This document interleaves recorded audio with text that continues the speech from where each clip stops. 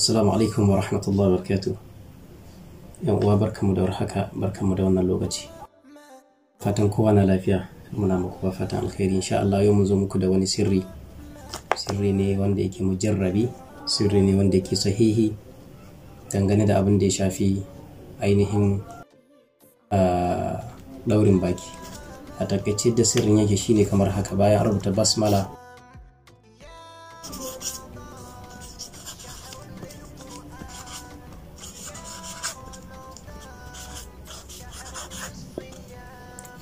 basmala, wannan gefe nan ma za a rubuta basmala.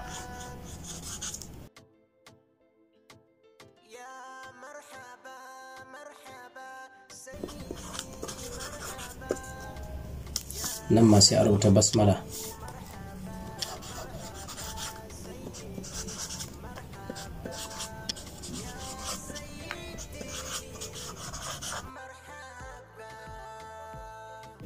Nan ma sai a rubuta basmala.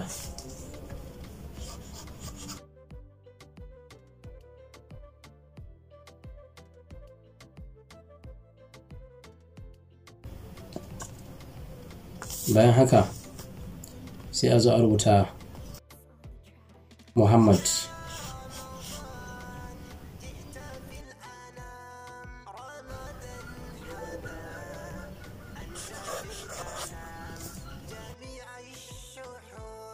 Nan ma a rubuta Muhammad.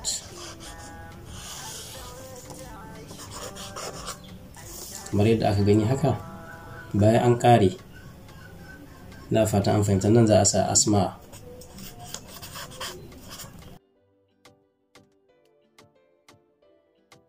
Idan aka sa sunayensu a nan, idan aka ƙare shi wannan rubutun, bayan an ƙare wannan rubutun aka sa sunayensu a wannan wurin, asma sunayensu wanga gefe za a sa shi. Ko mutum ɗaya ne ko mutane da yawa ne, na fata an fahimta. Bayan an ƙare to sai a yi laya wannan takardar, a naɗe ta haka, sai a yi laya kamar yadda aka saba, kamar haka.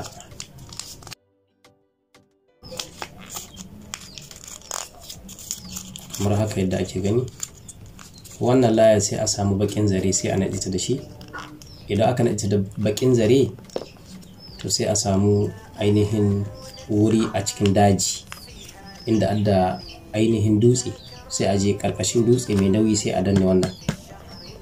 Ko kuma ka yi gina mai zurfi gwargwadon zira'i ɗaya, sai ka ainihin saka layar a cikin ramin, ka sa dutse ƙarami ciki ka danne, sannan ka sa ƙasa ka rufe. To insha Allah ta'ala duk wanda aka yi ma wannan aikin, in Allah yadda an ƙare da magana shi, in dai maganar ɗaurin baki ne, wannan sirri mujarrabi ne.